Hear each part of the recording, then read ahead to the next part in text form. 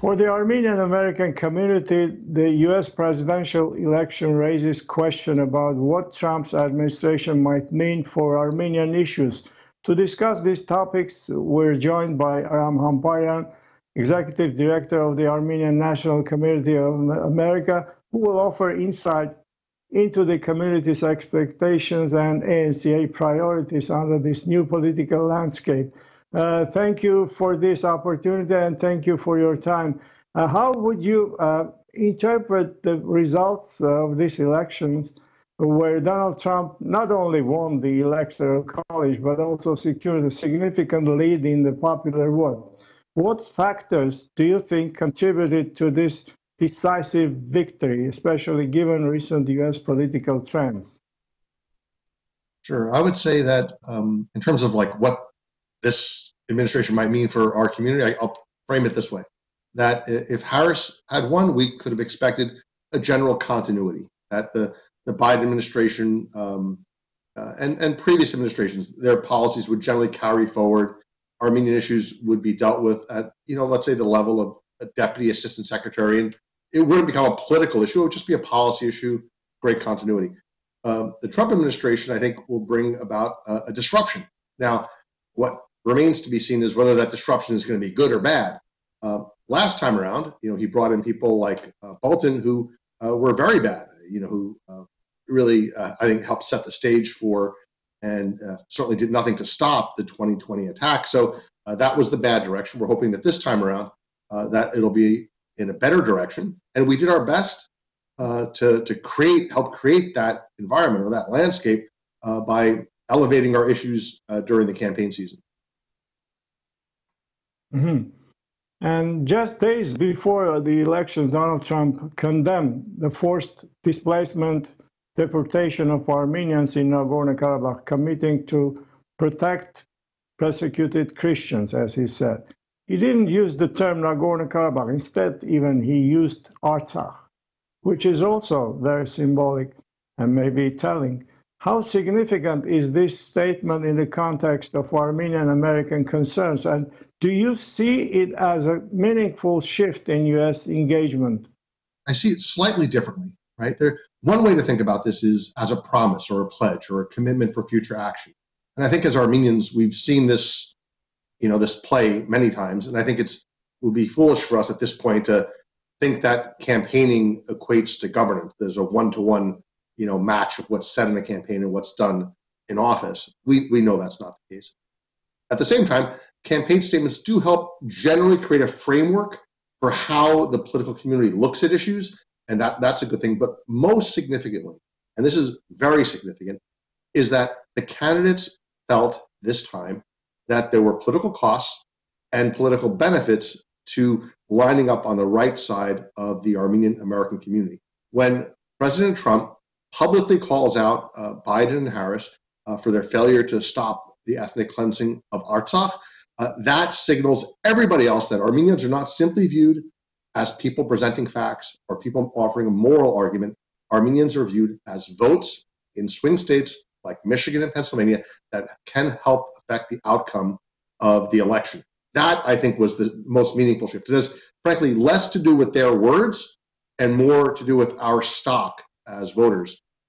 So I think that's the most meaningful way to look at that. Do you know anything? Do you have any information about the upcoming, what changes will bring his cabinet? I mean, do you have any idea who is going to be appointed, like Secretary of State or other high-level, positions? And do we know, are there any friends among these possible candidates? Can you tell us more about that? Sure. I think it's really an interesting thing. The two parties today have really grown to become very different from one another. And one of the things that characterizes the Democratic Party is that there are a great many legislative allies of the Armenian community. That's a great strength of maybe the core of our political power in America, our legislators, and the majority of our supporters are Democrats. We haven't seen the same on the Republican side, but we have many great Republican friends. But what we have seen around Trump, not necessarily around the party, but around Trump, is the emergence of really powerful voices. And I'll just name three. One is Vivek Ramaswamy, who has spent the last year harshly critical of Azerbaijan's aggression against Artsakh and Armenia. Tulsi Gabbard, a former Democrat, member of Congress, former candidate, who has actually traveled to Artsakh, and Robert Kennedy Jr., who has spoken out very forcefully, also a former Democrat. Add to that, you have President's brother-in-law, Masad Boulos, and others. So I think that within, at the very highest reaches of the Trump world, are voices that are sincerely pro-Armenian. So I think that's going to help shape how they view Armenian issues. But again, I think, as always, the burden rests upon us, not upon others. So our job is just to work that much harder and not, we will work with everybody, meet them in good faith, try to move the ball forward, but ultimately understand that the responsibility for our progress rests on our shoulders. About Tulsi Gabbard, in what capacity she traveled to Artsakh? It was the part of U.S. Congressional Delegation, or what? What else you can tell about her? Please be more specific and give us some more details if you can, please. And also about the other people that you mentioned, Vivek Ramaswamy and RFK Jr., please. Okay, so I'll touch on all three. Tulsi Gabbard, as a member of the U.S. House, traveled with several of her colleagues to Artsakh. I think it was the last congressional delegation to reach Artsakh. And from there, and in the wake of that visit, spoke very powerfully about Artsakh's right to freedom and against Azerbaijan's aggression and violence against the people of Artsakh. So she has a very strong record. Add to that her legislative track record of supporting legislation and letters and calls upon the administration to Democrat and Republican to improve U.S. policy on Armenian issues. So she is a staunch friend, an A-rated ANCA legislator who ultimately left the Democratic Party, is now with Trump. So that's number one. And she may in fact play an important role in diplomacy or defense. We'll see. You have Vivek Ramaswamy, who for over a year now has publicly called out U.S. hypocrisy, U.S. complicity in Azerbaijan's aggression against Artsakh and Armenia. And he's done that on Piers Morgan. He's done that on Tucker Carlson. He has debated here in D.C. some of the most ardent advocates, apologists for Azerbaijan. He has been really, I think, extremely eloquent in making the case that the United States has no business arming, abetting, enabling genocidal states, and that should not be the U.S. role. So we're deeply grateful for that. I can tell you that, at one of the Republican debates in Miami, Florida, he joined us at our protest outside the convention center and spoke, with the local artists. He also spoke on television about his solidarity with the Armenian people. And then finally, Robert Kennedy Jr., very prominent voice who has spoken several times on Armenian issues. He's taped videos. He taped a video that we showed at an Armenian Youth Federation protest outside the White House this past April 24th. So he's been really vocal, very active, has spoken about he talks about the Armenian genocide of 1915, and then says what happened more recently in Artsakh is a genocide that can still be reversed, and that U.S. policy should be the safe, sustainable, protected return of Armenians to Artsakh. So those three voices are very prominent on the national stage and also very friendly with our community and very tight with President Trump. I think it's going to be very interesting to see how that plays out. And you noted that more than campaign promises are needed to support the Armenian community effectively. What specific actions or policies do you believe ANCA seeks from United States from U.S. leaders to address Armenian issues? Okay, it's a good question. We withheld our endorsement of either candidate because we believe that words are simply not enough.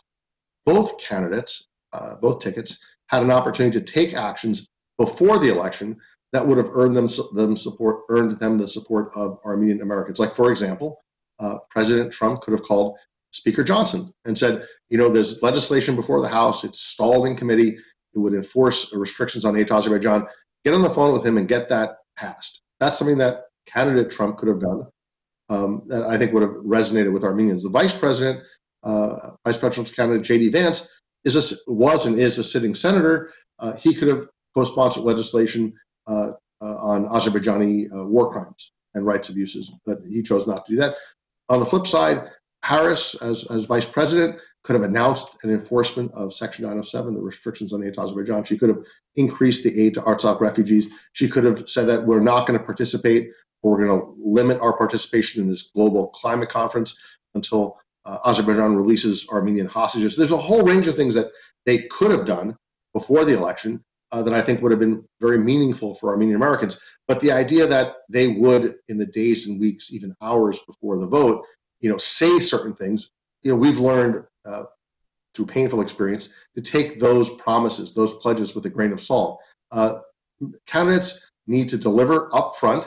The idea of, we promise now and we promise to deliver later, and in return you give us your votes up front. That's obviously that's a deal we'll never take.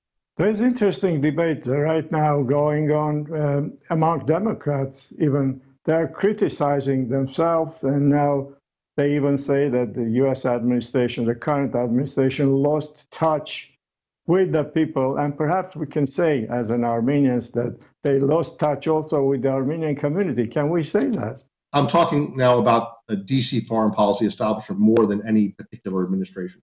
But if that establishment treated every other community with the utter disdain and disrespect that they treated Armenian Americans for generations now, 2-3 generations, then it was certainly a good thing that they were delivered a message. Whether that message comes from the left or right is really secondary, but we were lied to on the Armenian genocide issue. Frankly, we were misled on the Artsakh issue. We were promised days before the attack on Artsakh that the U.S. would not tolerate, would not countenance an Azerbaijani assault on Artsakh, only to see our government countenance that exact attack within just a few days.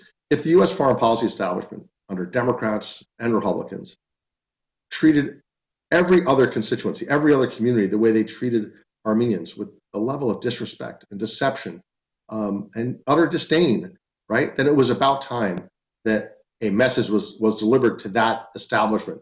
They have drifted very far from, I would say, our people, our values. Diplomacy is always a bit like that. Diplomacy is always insulated more than other areas of governance from sort of the democratic impulses. It's got an aristocratic bent to it, but it's really gone to a ridiculous extreme where U.S. policy on, well, let's go back to the genocide issue, lying about the genocide issue to cover up, cover for Turkey for generations, misleading us on Artsakh. These are situations where you have U.S. values, and then the U.S. actions just keep sinking lower and lower. And when that space gets too great, right, there's going to be a crisis of sorts. And it seems like we've kind of reached that point. And hopefully the lesson learned here among Democrats and Republicans, but primarily among the foreign policy elites, is that, that democracy is not something to be resisted or feared. Democracy should be embraced. And if policies can't stand the scrutiny of the American people, maybe they should be revisited. Maybe they should be revisited. So ultimately, I think it's a good message that was sent to the foreign policy establishment.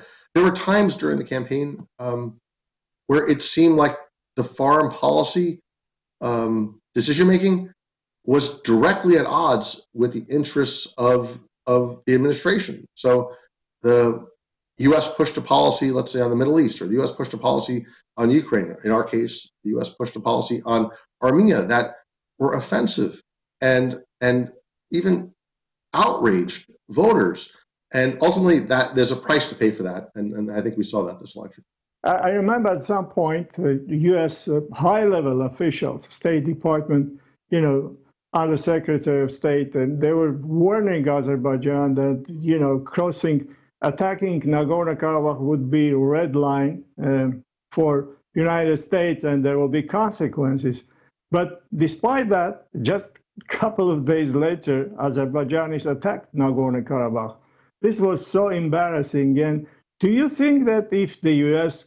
could, the U.S. could stop if they wanted this attack. What was your position in that days, in the tragic days? I'm sure the U.S. could have played a much more aggressive role in containing or constraining Azerbaijan's aggression. But the sad reality here is not that America did so little or America did nothing. It's that America, our government, stood on the wrong side of the issue, actually armed, actually enabled Azerbaijan's aggression. In the wake of the 2020 war, President Biden and Vice President Harris understood well Azerbaijan's intentions. Azerbaijan made no secret of its intentions. And despite that, in the wake of the 2020 war, they continued sending military aid to Azerbaijan, which is a green light. It is a billboard on top of the White House. Do what you want, no problem here, business as usual. And ultimately, Azerbaijan took those signals and ultimately ethnically cleansed, committed genocide against Artsakh. So a great deal of responsibility for that is here in Washington, D.C. Not only were we silent, we were on the wrong side of the issue. In your statements, you've highlighted the need for the U.S. to support sanctions against Azerbaijani officials and endorse the right of displaced Armenians to return home. How critical are these measures for achieving justice, and what steps could realistically push U.S. policy in this direction?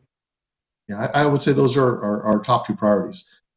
Holding Azerbaijan accountable, which we hope will deter renewed aggression, and then creating a safe pathway for the Artsakh Armenians to return home. Both are doable with sufficient will on the part of U.S. leaders. The sanctions are on the books. The laws exist. They simply need to be applied, accurately and fairly. Multiple groups have submitted cases to the Departments of State, Department of Treasury, making the case for I think upwards of 80 various Azerbaijani officials guilty of war crimes and human rights abuses. All we ask is that State and Treasury look at those with impartial eyes. It seems right now the policy is something like Azerbaijan pays no costs, business as usual with Baku. That's U.S. policy, and I think as a result, those cases are not getting a fair hearing. So they need to just give it a fair hearing, and I think the facts will bear out sanctions on Azerbaijan. If for no other reason than Aliyev and his senior officials have boasted about the ethnic cleansing of Artsakh. They make no secret of it. Yet we seem committed as a U.S. government to covering up for that crime. I cite as an example that our USAID administrator, Samantha Power, until this day is on record saying she simply does not know if the reason that Armenians left Artsakh was ethnic cleansing. I don't know. That's inconceivable to me that with the full resources of the U.S. intelligence community, with a Harvard education, as a genocide scholar who's well read on the Armenian genocide, she could claim not to know why the Armenians left, as if it was some kind of choice, as if they were simply relocating. That level of obtuseness is intentional and frankly very insulting.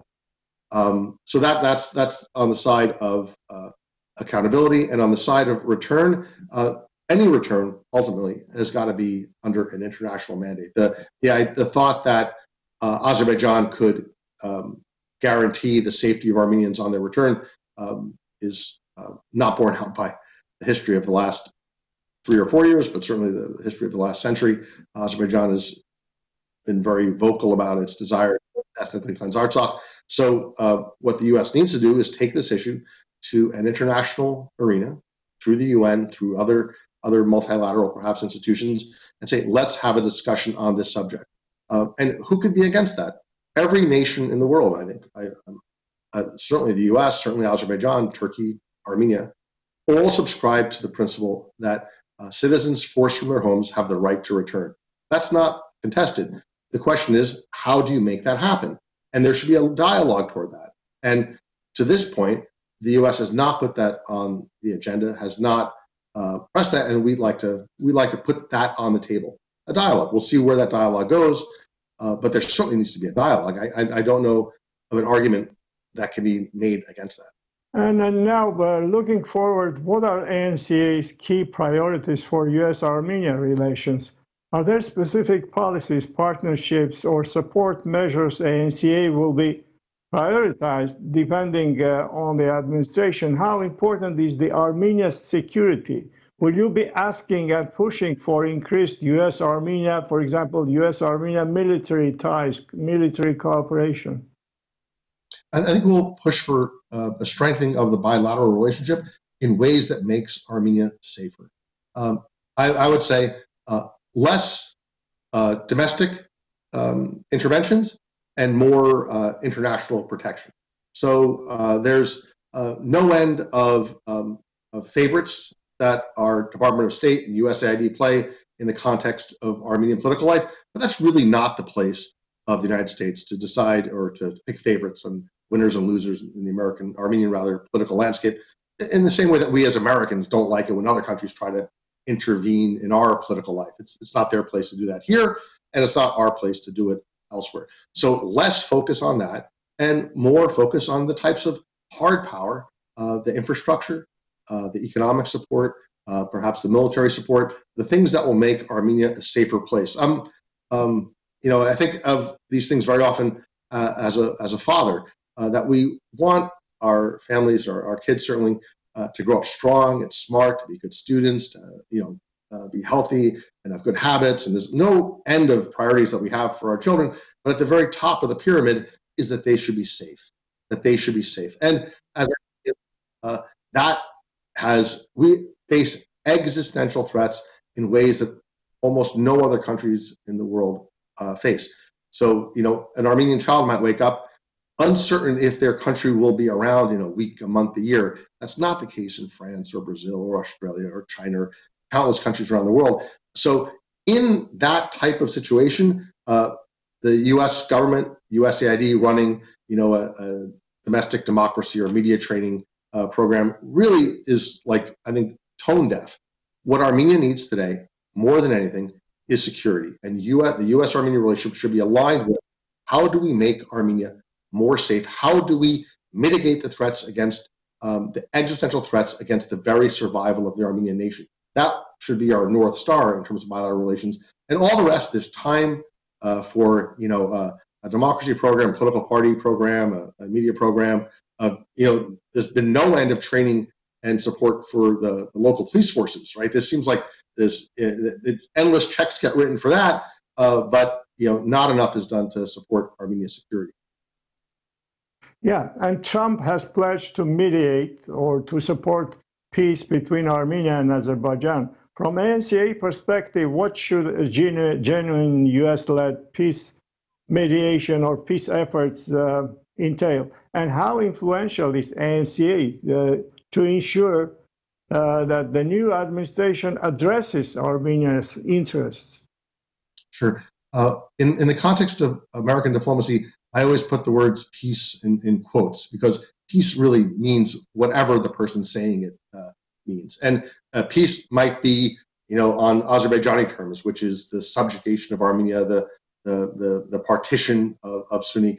It might be what Turkey wants, which is basically ultimately either the eradication or the minimization of the Armenian presence in the Caucasus. So peace has 1,000 meanings based on who the author is. So we would say that peace absent accountability is not sustainable. I think that will be the central formula. The exact nature of a peace deal, can be worked out.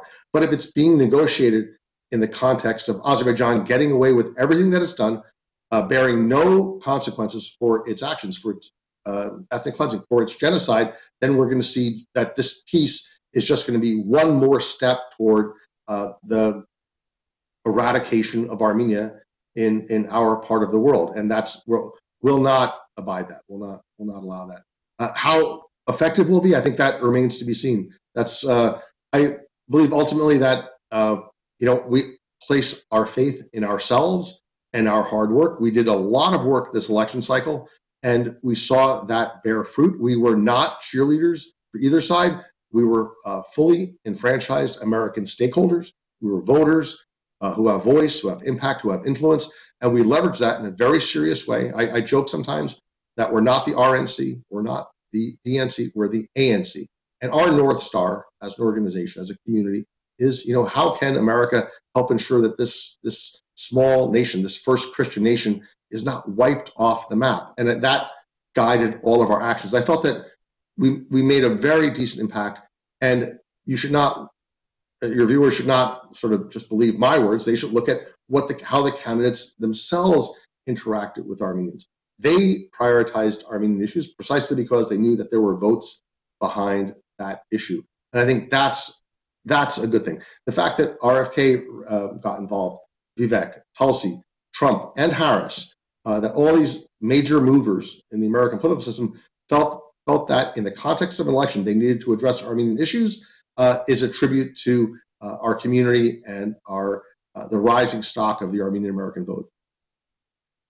And Donald Trump recently spoke with His Holiness Aram, the first Catholicos of the Great House of Cilicia, reportedly discussing the situation in Nagorno-Karabakh. Can you provide any additional insights into this conversation?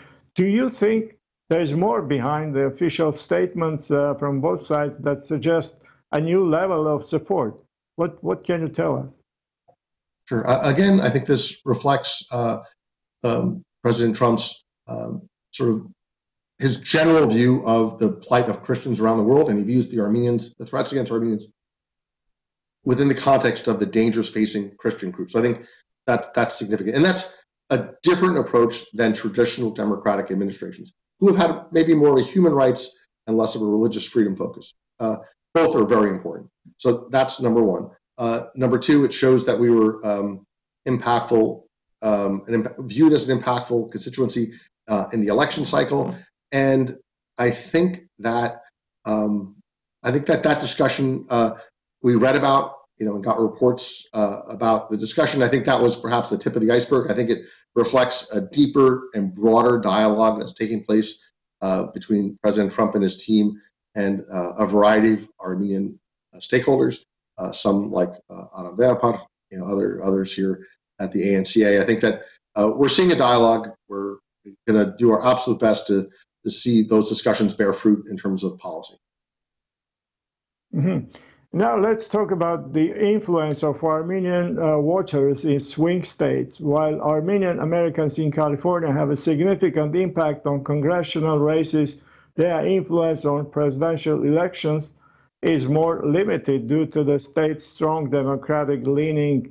However, in swing states like Michigan, Pennsylvania, and Florida, where Armenian communities are smaller but potentially pivotal, how do you assess the growing influence of Armenian American voters in these states? Do you think their votes could swing the results in such battleground states in the future elections? Absolutely. I think that this was a close election, but not as close as most people thought. The margins were slightly larger than the number of Armenians in those states, but nonetheless, I think we were viewed as a potentially pivotal constituency, and I think that's the prize for the people making policy to view Armenians as potential deciders in an election, or at least contributing to a decision. So it's something like policymakers, the extent that they can, want to feel immune or insulated from democratic impulses, except when they can't.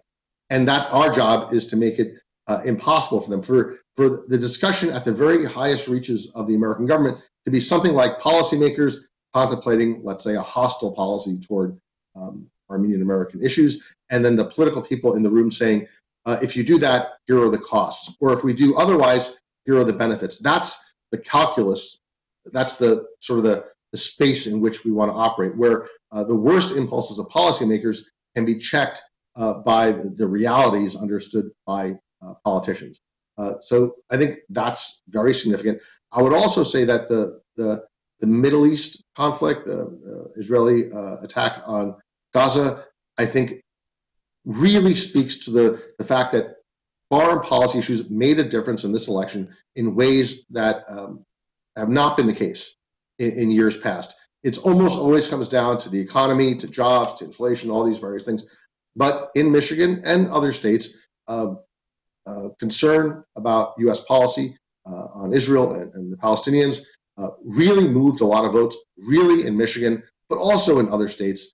And I think we are today understood in that context. Politicians look at it and say, you know, all of our foreign policy choices, they come with costs.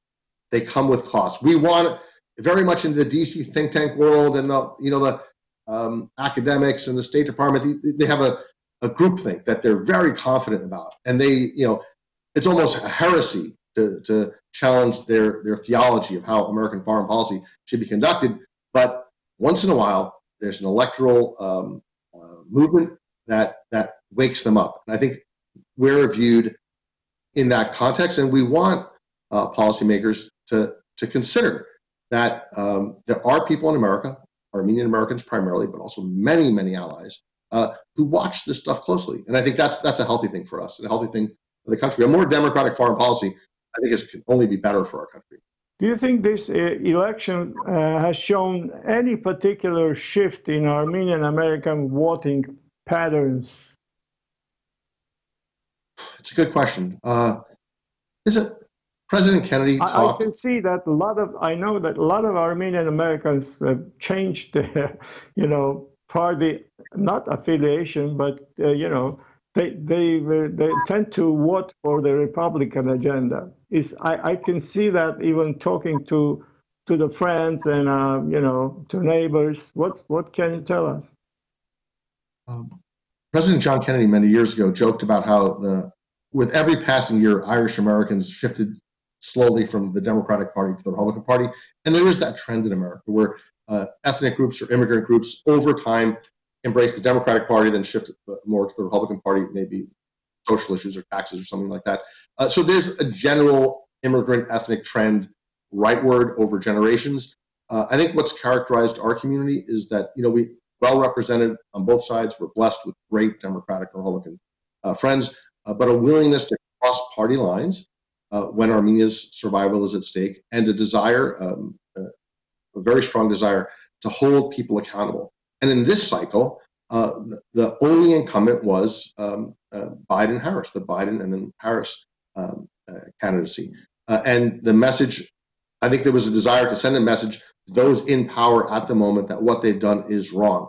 And I think our Arab friends felt very much the same way. That is not to say that was an embrace of Trump's policies on Armenian issues, but the incumbent needed to be held accountable. And I think that I saw, slightly rightward shift over time, but with a robust Democratic representation, hold the incumbent accountable, and a willingness to cross party lines if it helps Armenia survive. And last question about congressional elections, U.S. Senate, and that we know that already that the Republican Party will control U.S. Senate, and with the House, we don't have clear picture yet, but it seems to me that Republicans will have, majority, tight majority, but they will still have control over the U.S. House of Representatives. What can you tell us about these congressional elections from the perspective of Armenian community? Good news is that something like 94% of the folks that we endorsed, I think we endorsed over 80 candidates, 94% of them will be entering the House and Senate. Some will be entering for the first time as challengers. Others will be moving from the House to the Senate, like Senator Adam Schiff, Senator-elect Adam Schiff of California. So that's the good news. The balance, as I noted earlier, it tends to be that we have more friends on the Democratic side than the Republican side. I think that has a lot to do with where Armenians live. We tend to be a coastal community, a Midwest community, Fresno community, and a lot of those parts of the country are represented by Democrats. So as a constituency issue, Armenians maybe are heard more by the Democratic legislators.